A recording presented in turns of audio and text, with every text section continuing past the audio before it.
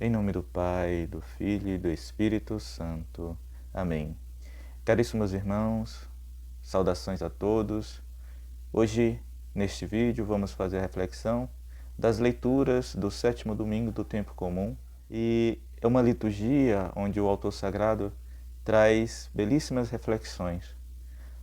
E o autor sagrado, ele inicia as leituras nos fazendo um convite para que tenhamos uma disposição de coração e de mente para agir de acordo com a imitação de Cristo. Aquele que não foi o Adão terrestre, mas sim o Adão espiritual. Aquele que nos dá a capacidade e os caminhos para alcançar a vontade de Deus, a vontade divina em nossas vidas. Observamos que as leituras, tanto a primeira leitura, a segunda e o Evangelho, ele vem com lições que quebram o nosso raciocínio mental, aqueles esquemas mentais baseados na razão humana. A lógica que as leituras trazem é a lógica do amor gratuito e universal.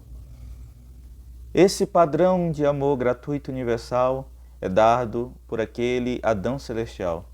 O Adão celestial aqui que nos referimos é o Cristo vivo e ressuscitado, que nos amou gratuitamente, que nos amou de forma incondicional, ao ponto de se doar por nós na cruz.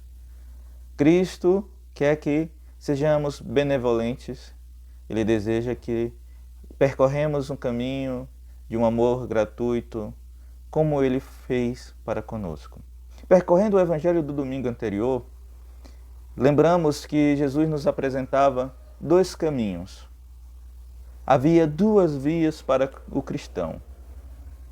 Neste Evangelho de hoje, Jesus é um pouco mais radical para com seus discípulos.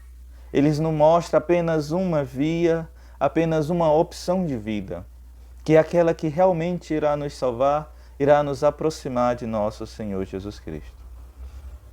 E ele nos lembra, no Evangelho de São Lucas, que devemos ser misericordiosos como o Pai também é misericordioso.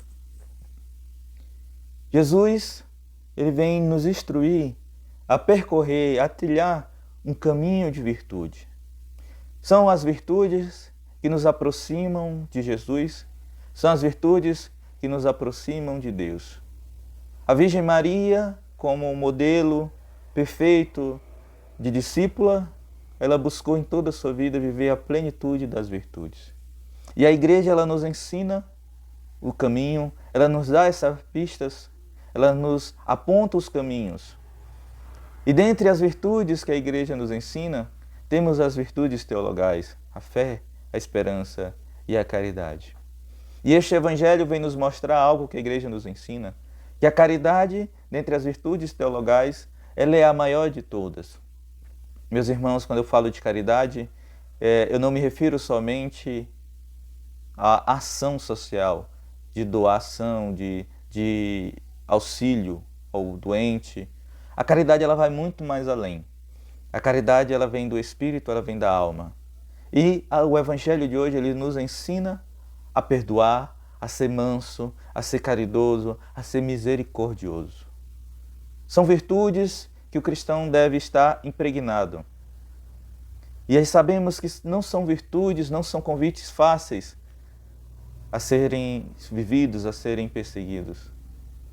Orar por aqueles que nos perseguem não é um gesto fácil. É um sacrifício tão pesado, mas é um sacrifício que nos leva para próximo da cruz de Cristo. Que nos leva à perfeita imitação de nosso Senhor, que deu o outro lado da face para baterem. São João Crisóstomo nos diz que fazendo isto, tu, ou seja, nós, nos tornamos semelhantes a Deus. Quando agimos com misericórdia, quando agimos com caridade plena, essas virtudes, elas nos mostram a face de Deus. Elas nos tornam semelhante ao Senhor em nossa essência. E Santo Ambrósio, ele nos lembra que grande será a recompensa da misericórdia, pois sereis filhos do Altíssimo.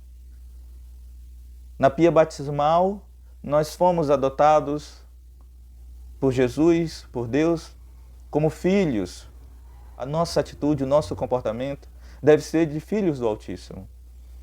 E quando agimos com a misericórdia, com a caridade, estamos realmente agindo com este caminho, com esta graça que é nos tornar semelhante a Deus. O cristão ele deve agir como se o reino de Deus já estivesse nesse mundo. Porque aquele que nos ofende, aquele que nos persegue, aqueles que nos condenam, que torna a nossa vida mais difícil, eles também são amados por Deus. E como eles são amados por Deus, nós também devemos amá-los, nós devemos também orar por eles. Devemos ser canais da graça, da misericórdia divina na vida dessas pessoas. Pois também somos pecadores e também necessitamos da misericórdia de Deus em nossas vidas. Quando estamos rezando a oração do Pai Nosso, a oração que o próprio Cristo nos ensinou, nós repetimos diversas vezes: perdoai-nos as nossas ofensas, assim como perdoamos a quem nos tem ofendido. Esta oração ela é muito forte, meus irmãos. A gente não pode rezar isso apenas por falar, por imitação ou por cultura. Devemos interiorizar como São Francisco fazia esta oração em nossa vida. Pai, perdoai as nossas ofensas. Quando rezamos pedindo o perdão de nosso Senhor, o Senhor Jesus nos convida a perdoar a quem nos tem ofendido. Mas a reconciliação, irmão, tenha consciência, não é fruto apenas dos nossos esforços humanos, mas é um dom de Deus. Por isso devemos estar abertos à ação do Espírito Santo em nossas vidas. Somente assim se tornará fácil esse desafio, esta lição que Jesus nos traz, que é amar o próximo, que é ser misericordioso neste mundo, para que a misericórdia divina nos alcance e nos conceda a salvação eterna. Em nome do Pai, do Filho e do Espírito Santo. Amém.